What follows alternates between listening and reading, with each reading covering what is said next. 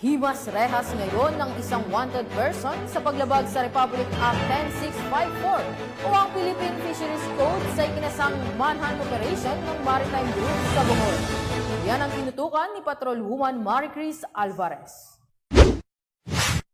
Arestado ang sospek na si alias Jerwin, 21 taong gulang, residente ng barangay Nasingin, Getafe, Bohol, sa ikinasang operasyon ng mga tauhan ng Bohol Maritime Police Station nitong ika-21 ng Marso taong kasalukuyan sa bisa ng isang warrant of arrest sa kasong paglabag sa Republic Act No. 10654 o ang Act to Prevent, Deter, and Eliminate Illegal, Unreported, and Unregulated Fishing. Samantala, kasalukuyang nasa kustudiyan ng Bohol MARPSTA ang sospek habang inaantay ang pagharap nito sa korte. Ang operasyong ito ay linsunod sa 5 focus agenda ng hepe ng Pambansang Pulisya, Police General Benjamin C. Acorde Jr. sa ilalim ng Aggressive and Honest Law Enforcement Operation. Ang Maritime Group ay patuloy na paigtingin ang kampanya kontra kriminalidad alinsunod sa programa ni Pangulong Ferdinand Marcos Jr. na pusain ang anumang kriminalidad sa bansa sa pamamagitan ng agarang aksyon para makamit ang isang maayos, mapayapa at maunlad na bagong Pilipinas.